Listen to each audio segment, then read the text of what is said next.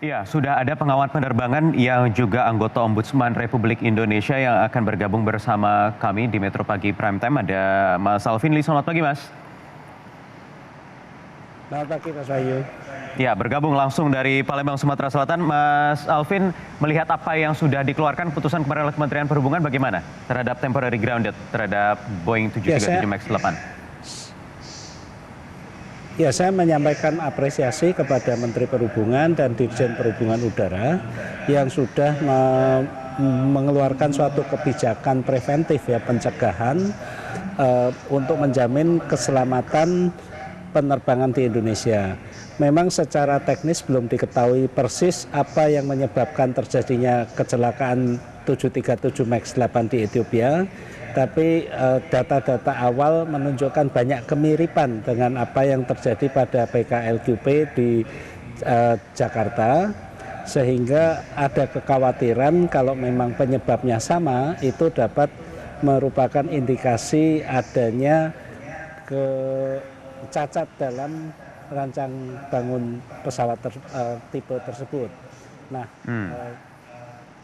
Kementerian Perhubungan dengan melakukan temporary grounding atau sementara dilarang terbang itu merupakan langkah yang bijak untuk memastikan pemeriksaan dan pengawasan yang lebih ketat lagi terhadap tipe 737 MAX 8, dan ini memberikan ketentraman, ketenangan kepada pengguna jasa penerbangan di Indonesia bahwa pemerintah secara serius memberikan perhatian terhadap keselamatan penerbangan.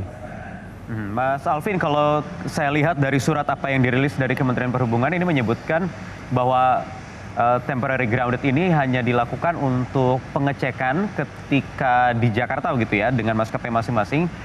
Ketika nanti dinyatakan layak terbang, kemudian langsung terbang lagi. Apakah demikian atau mungkin seharusnya menunggu hasil investigasi dari pihak Boeing sendiri sampai tunggu keluar dulu hasilnya?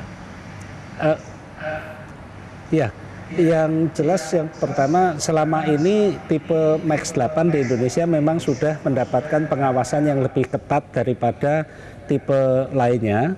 Kedua juga sementara belum diketahui apa yang menyebabkan kecelakaan di Ethiopia, tentunya pemeriksaan intensif yang akan dilakukan mengacu pada data-data yang dimiliki oleh KNKT, memastikan bahwa tidak hanya pesawat tapi juga awak penerbangnya, yaitu pilot dan kopilot, serta tim teknis dari masing-masing airline untuk memastikan mereka semuanya melaksanakan tugas-tugas pemeriksaan dan perawatan pesawat sebagaimana mestinya.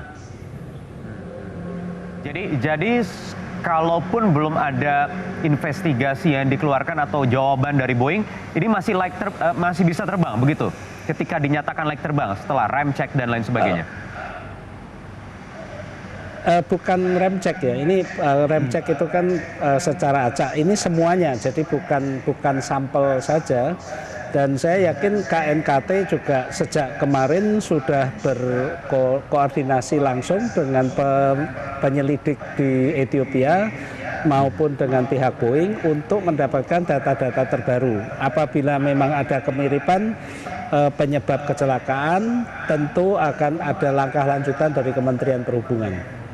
Oke, Mas Alvin, kalau saya lihat kayak pantau dari kemarin begitu, ada sejumlah pengamat penerbangan termasuk dari analis dari Boeing kalau tidak salah, ini menyoroti soal angle of attack. Apa sebenarnya ini yang poin yang disebut-sebut ini, yang diduga menjadi penyebab jatuhnya MAX 8 ini? Ya, angle of attack itu adalah instrumen atau sistem ya untuk menunjukkan sudut mendongak atau menukiknya pesawat, yang mana itu merupakan pemicu juga untuk automatic anti-stall atau yang kita sering membaca dengan MCAS itu. Tapi kalau kita melihat lagi data lebih detail dari Ethiopian Air yang registrasinya ET-AVJ atau penerbangan ET302 itu ketinggiannya masih sangat rendah. Jadi altitude pesawat itu dalam flight radar kan ditunjukkan 8.900 kaki. Namun itu adalah di atas permukaan air laut. Sedangkan Bandara Addis Ababa itu ketinggiannya 7.200 kaki. Sehingga pada saat terakhir sebelum pesawat itu menghujam ke permukaan, ketinggian hanya sekitar 1.700 kaki. Ini jauh lebih rendah daripada apa yang terjadi pada pesawat Lion PKLQP. PKLQP ya. Mas Alvin, Ombudsman juga menyoroti hal ini, juga meminta dihentikan terbang sementara untuk pengecekan begitu terhadap Max 8 yang dimiliki oleh maskapai Indonesia. Poin-poin apa saja yang menjadi perhatian concern dari Ombudsman? Yang kemudian sekaligus pertanyaannya, apakah kemudian maskapai yang juga sudah berencana untuk membeli Max 8 ini harus ditangguhkan sementara atau bagaimana? Iya, tugas Ombudsman adalah mengawasi pelayanan publik untuk menjamin keselamatan publik juga ya. Maka dari itu kami meminta Kementerian Perhubungan untuk mempertimbangkan pelarangan terbangnya Max 8 demi memberikan jaminan keselamatan dan juga ketentraman bagi pengguna jasa penerbangan, mengingat bahwa tidak sedikit pengguna jasa penerbangan yang sudah merasa takut kalau ketika membeli tiket tidak tahu pesawat apa yang akan digunakan, dan ketika akan masuk pesawat melihat pesawatnya 737 Max 8 mereka ketakutan.